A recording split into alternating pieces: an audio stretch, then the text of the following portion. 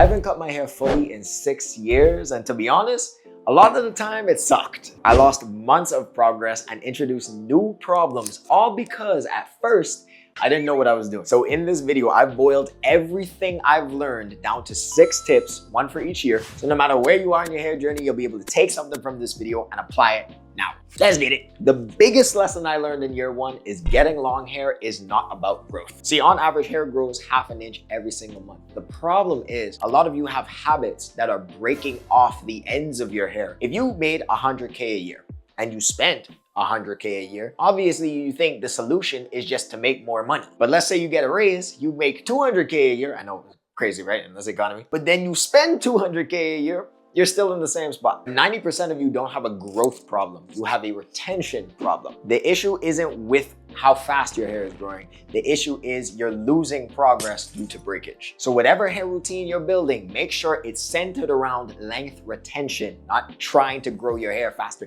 Because let's be honest for a second here, unless you are freaking Superman or going Super Saiyan 3, your hair is not growing 6 inches overnight. Any video that tells you that is lying to you. The biggest lesson I learned in year 2 is prevention should be your biggest priority. How many of you tried a new curly hair routine, a new wash day routine, and at the end of it, your hair looked amazing? You couldn't wait to go outside. But then you go to sleep and you wake up and it looks like trash. If year 1 was learning how to do the curly hair routine, year 2 was all about learning how to make it last. Majority of your hair problems would be solved by not trying to solve them, but by preventing them from happening in the first place. If your curls don't last more than 2 days, you might need to do something like the banding method at night to make sure that you preserve that definition when you go to sleep and you don't wake up with a bowling ball on your head. If you're detangling your hair and you realize that by the time you move from one half of your head to the next side of your head, the one you did before it has already tangled, then you probably should be detangling in sections and using something like hair clips or 2-strand twists to make sure that you're saving your progress as you're doing the whole thing. Everything that's stressing you out in your hair routine right now, go to the exact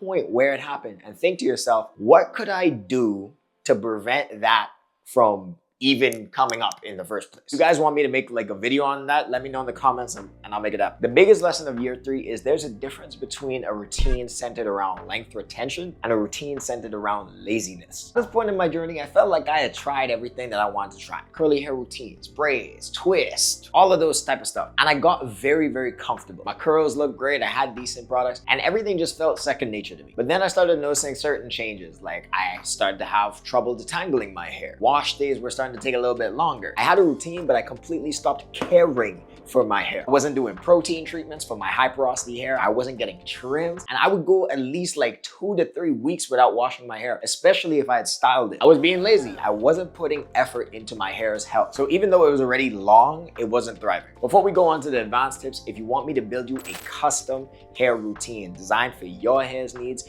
your budget, your lifestyle, click the link down below in the description. You can book a private one-on-one session with me. I can answer some of your questions, fix any mistakes that you might have so you can achieve the results that you want for your hair. Year 4 was interesting because this was the year that I decided to grow out my sides. So this is a special one. If you guys are planning to grow out your sides or grow out your hair and you already have some hair, the cheat code is to use your long hair. And this really applies if you just want to switch hairstyles. Like maybe you want to go from a high top fade to a low taper or from one taper to another taper. It doesn't matter what it is. You want to use your long hair to help you out. And that could be as simple as using curly hair routines, using braids to hide your progress, or when you get a little bit more advanced and you're able to do protective styles with your new growth, you can do something that I like to do is the pop smoke braids, to where you can braid the short hair into the long hair. So people can't even tell that you're growing out your sides. So that was kind of an interesting part of my hair journey, but I hope that helps somebody out. If you're planning to grow out your sides, you want to switch up your hairstyle, that is the key. Use your long hair